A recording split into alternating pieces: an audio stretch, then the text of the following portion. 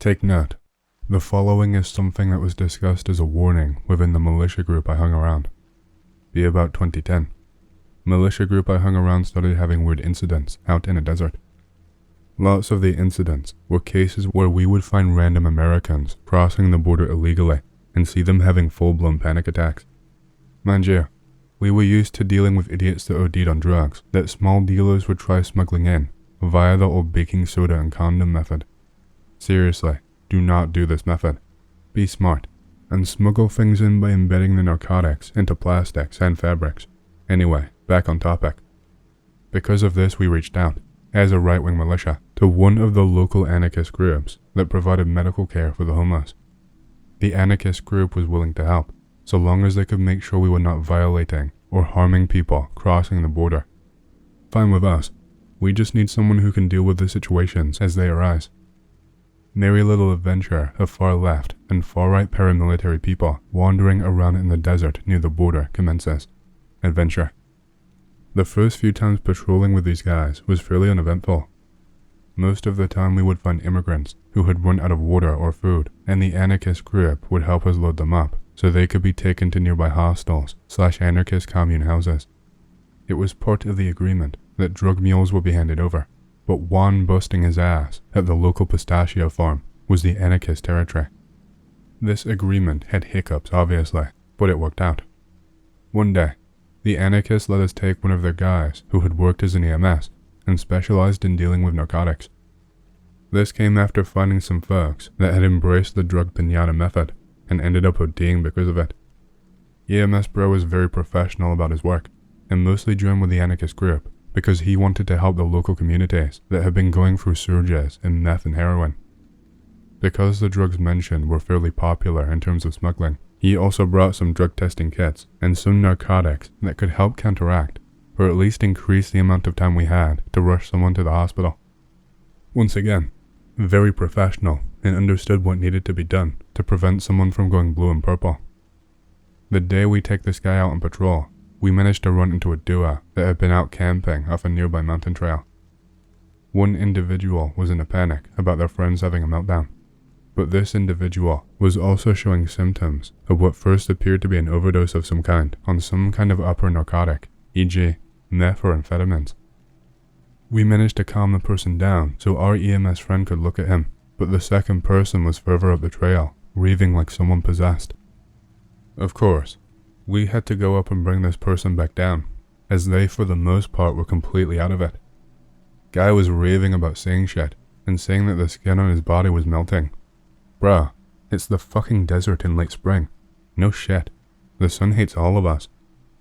We bring this guy back to EMS friend, and notice that he looks confused. Patrol leader asks, is everything alright? I have no fucking idea what this guy took. His vitals are fine. No drugs are showing up on the test, and he's saying that he took nothing. EMS points his hand at the nearby drug kits. Now please realize that on-the-spot drug tests sorta need a drug, saliva, or hair sample to test. These drug tests also happen to be DIY kits that the anarchists cooked up, because of course they were. Patrol leader asks, so what do we do? Let's just give him some bottled water for now and watch him. EMS looks over at the second guy and sees he's twitching really badly, and he pulls him aside and does the same as the first. Ask if the guy took or ate anything, what kind of recreational or required narcotics they may be taking. Runs vital checks, the makeshift drug test, name it, and EMS probably did it at some point. After about 10 minutes, PL asks what this one's issue was, and EMS turns around, and I will never forget this. I have no fucking idea. Both these guys claimed that they were on no medications, were not on drugs, and were just camping as bros. The only thing that came up as a possibility was that they were practicing foraging, and they had been mucking about near some cacti and bushes. Maybe they found a nest of those Africanized wasps, one of our guys chimed in. No marks or wounds either, EMS retorts.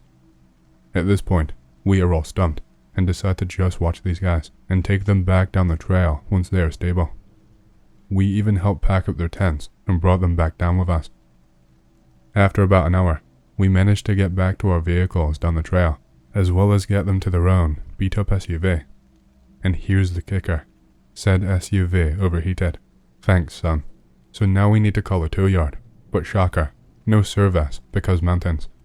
Alright, Anon, me. You go with those two in the truck and go to town and get a mechanic. Patrol leader starts. You and Doc? Militia friend asks. We cannot leave these guys here alone in case they go unstable again. Just get the mechanic and hurry back. Alright. And we got in the truck and drove off to the nearest town, which was about 10 miles away. We managed to come back about an hour later, but when we arrived, we found the duo inside patrol leader's SUV, curled up in balls and crying. Nearby, we also see the patrol leader and the EMS at low ready with the guns they brought. Yo, what the fuck is going on? Militia friend asks. These guys have a mental breakdown or something? I inquired, while the second militia guy we went out with was coming up with the mechanic in his tow truck. EMS looks over at us, and I swear to God, he looked like that one drawing of the 1,000 yard stare. See picture? I don't know. You guys left, and we kept hearing shit rustling in the bushes. Dude, it was probably lizards or something. Fuck no. Whatever the fuck is out there was watching us, yells patrol leader, who, may I add, just flagged us with an AR-15. This guy was one of the most anal about rules of firearm safety, and he just completely threw that shit out of the window. Mechanic gets the beater SUV hooked up and asks us to bring the two campers in our own vehicle, because, you know, panic attack. We pile the fuck in whatever respective vehicle we could get to. I, for some godforsaken reason, get in with EMS and patrol leader, who also had the campers. The two campers start calming down when we left the area, but EMS and PL were watching every bush, tree, and cacti along the road.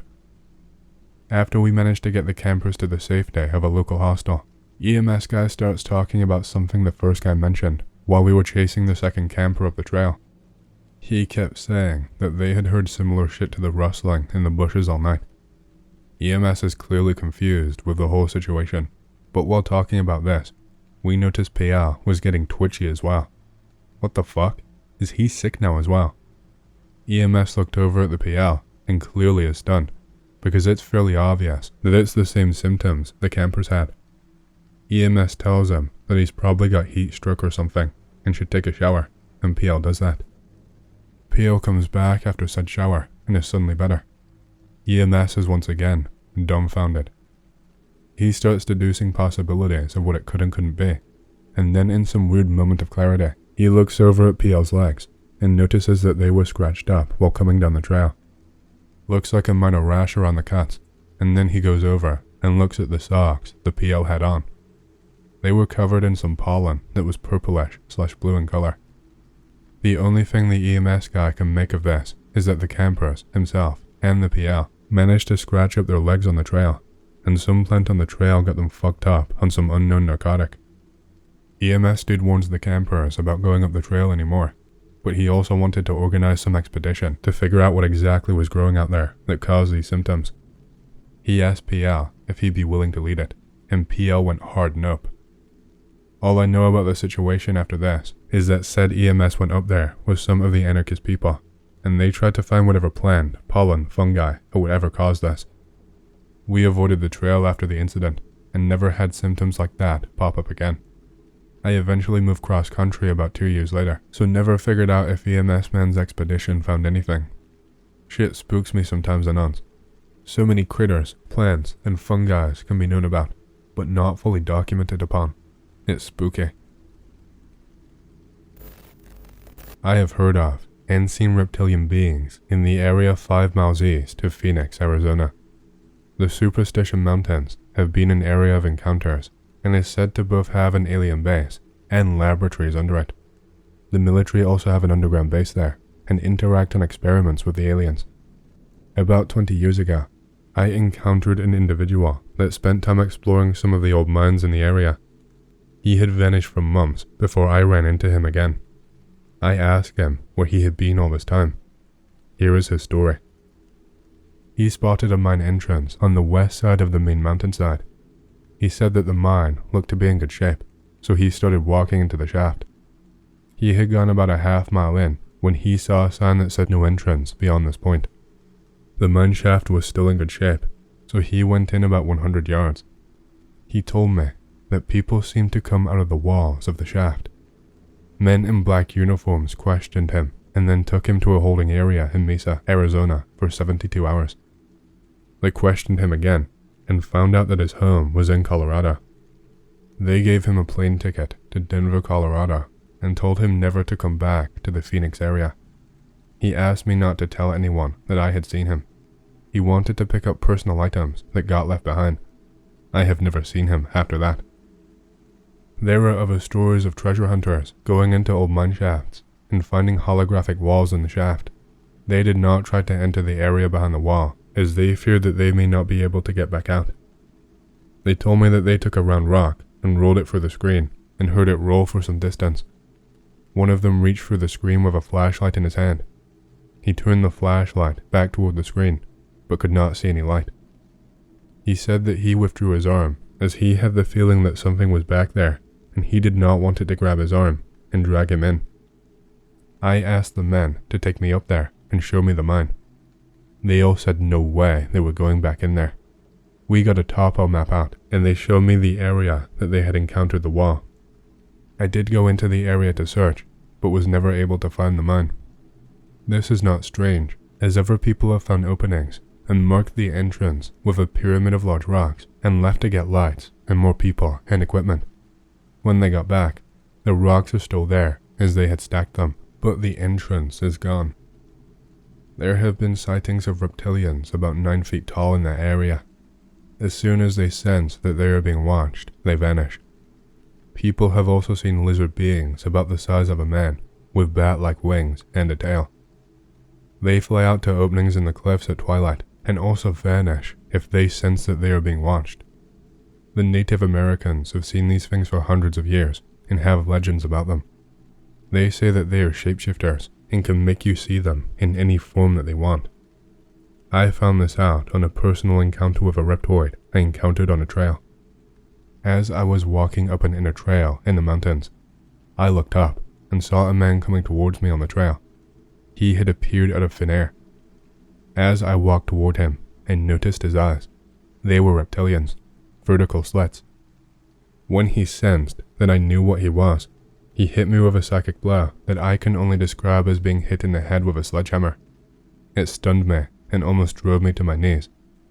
As I shook this off, I looked up, and he was gone. I had a headache for 2 days after that, and think that he could have killed me if he wanted to. This is just some of the strange things that have been seen up there.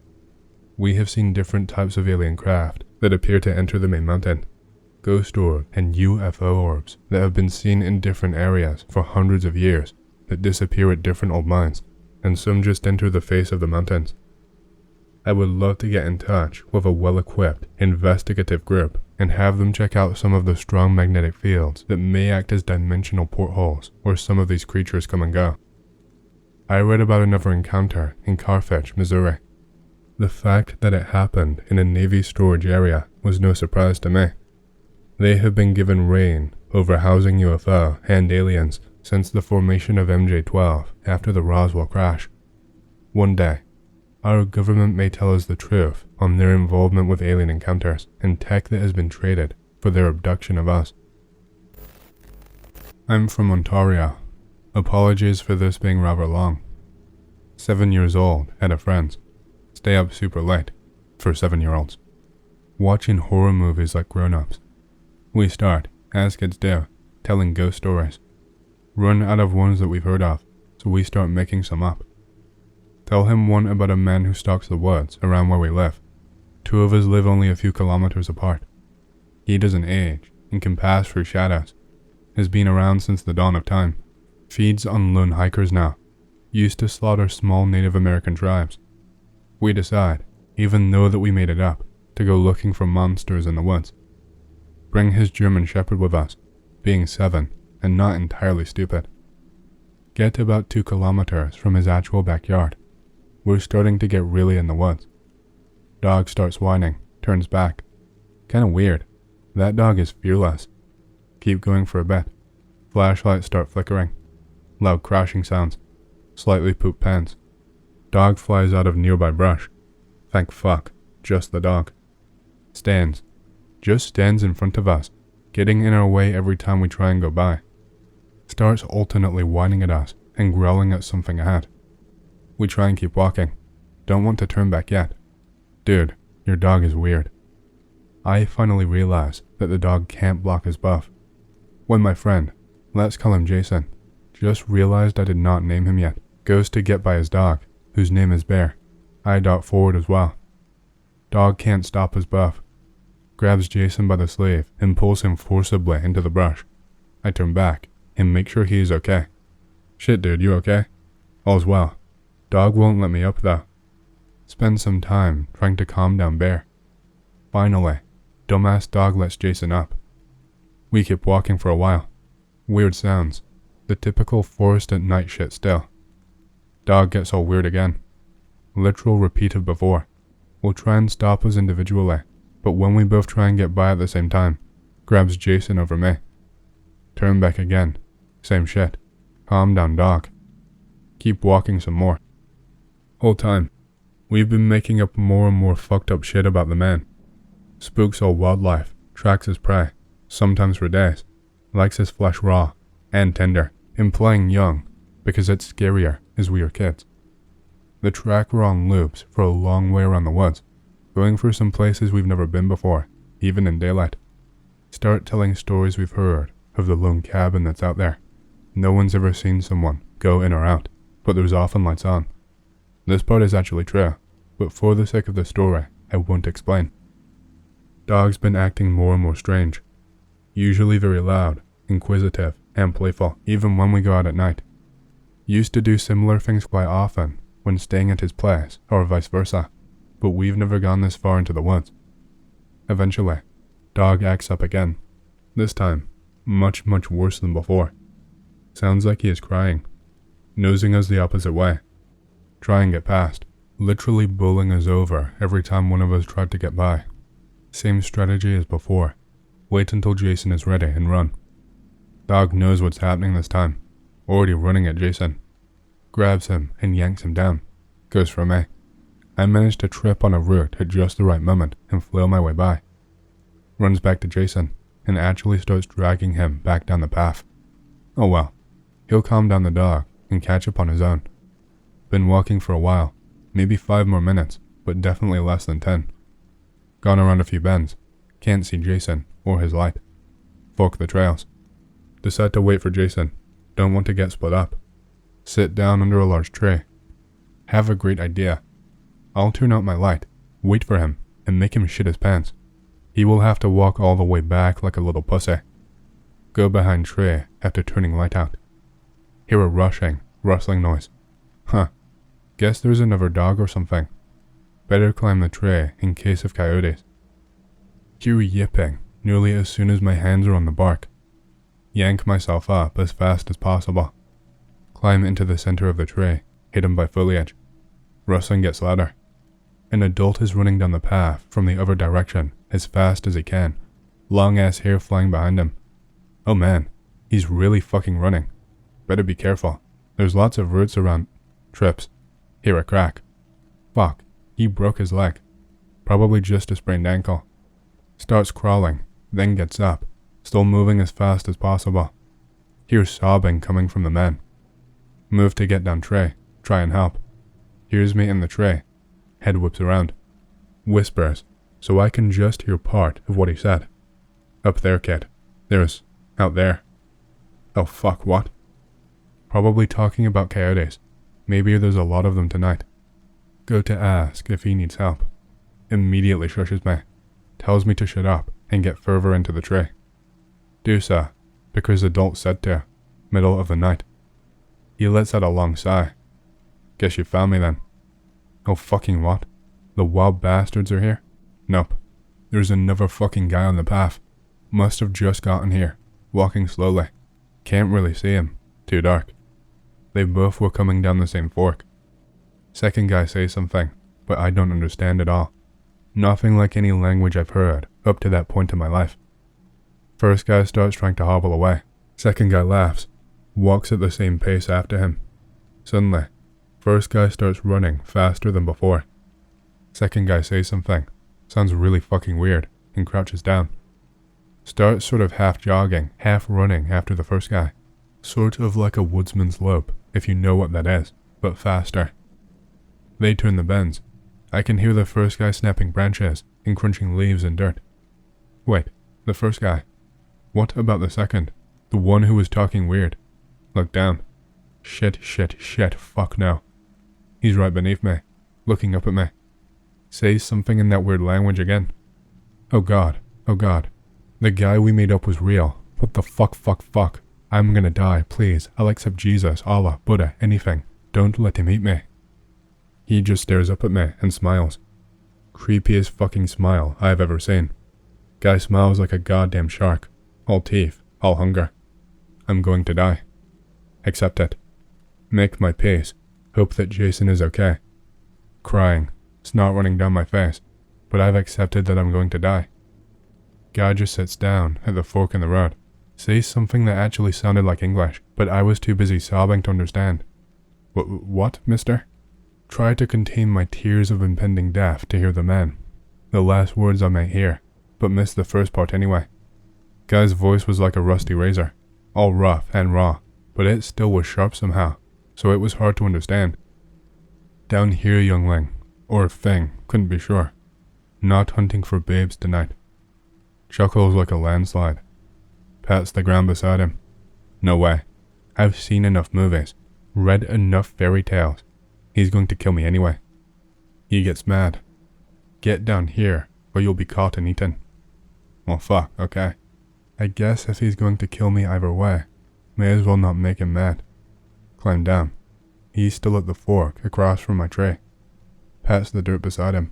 Obviously wants me to sit there. Come, young one.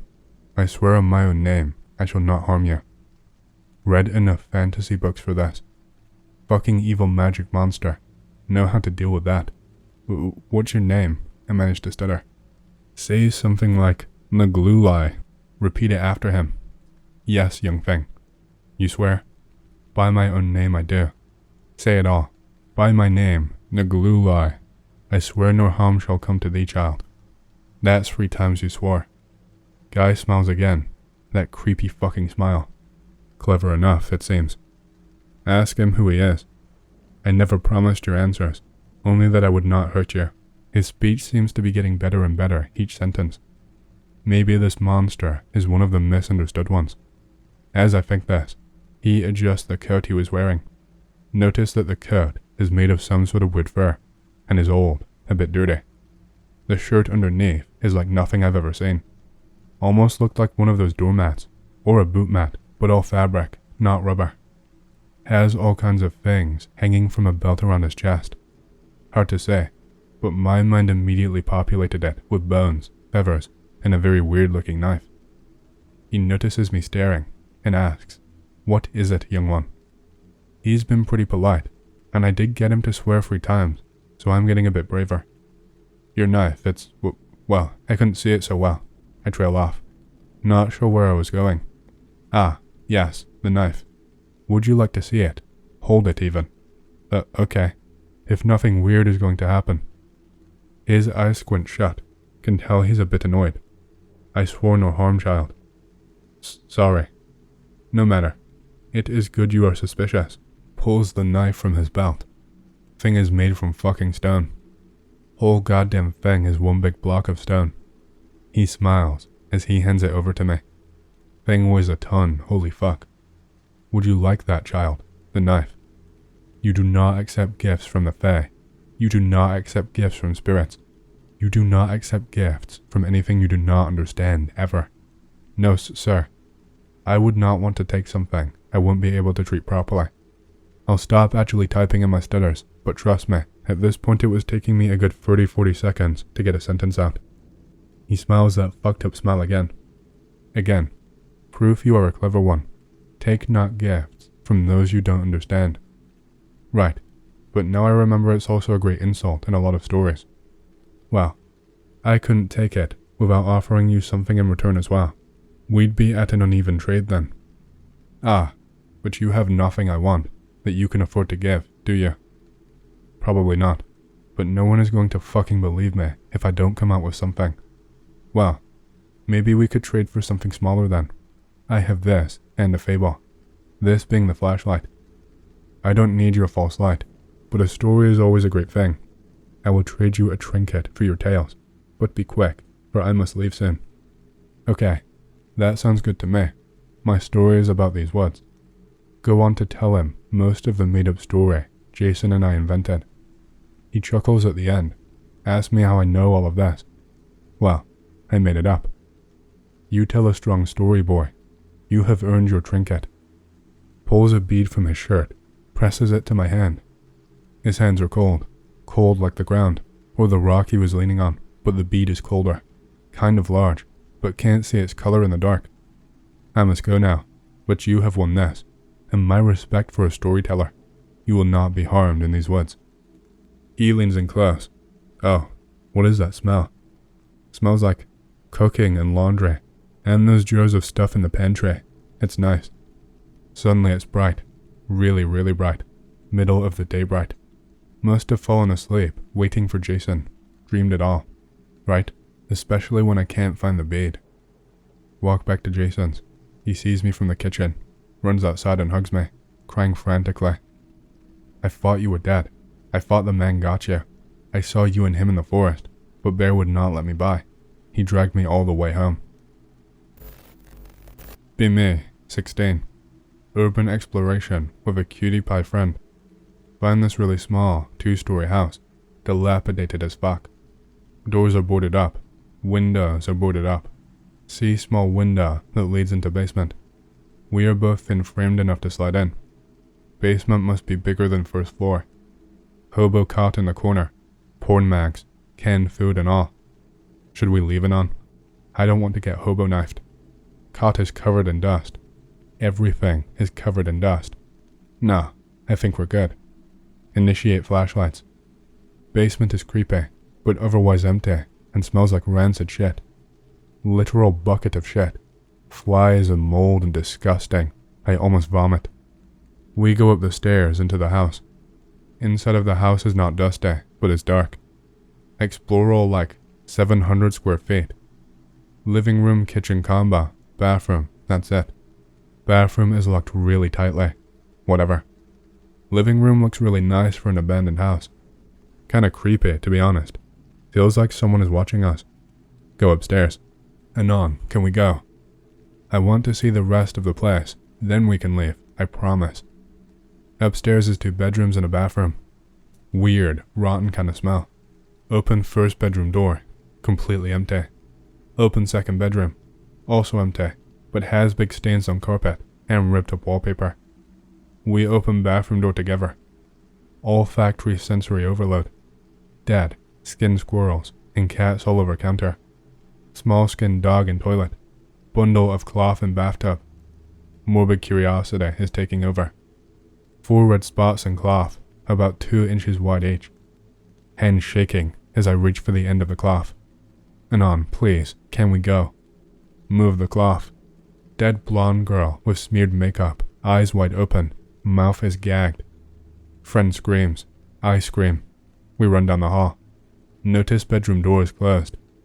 I did not close any of these doors. Run down the stairs. Friend is still screaming. Previously locked bathroom door is open. See knives and such in there, and a chair facing the door. Another bolt of cloth in that tub. Bathroom door slams shut. Friend screams louder. Heads straight for the basement to leave. I hear her leave. Can't move. Too scared. House is completely silent. Hear door upstairs creaking. Fear paralysis gone. Run to the basement. Climb out tiny window. Friend is there, crying and shaking. We are just outside the window. Suddenly hear bam bam bam. I jump. She jumps and screams. Tiny window is suddenly boarded up. Nope. We run back to her car in the driveway. There is a folded up note under the wiper.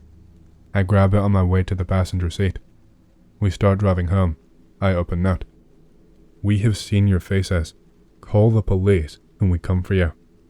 I scream. She sees note. Breaks down crying. Never told anyone before. Not making this up. Stay the fuck out of San Antonio. Seriously.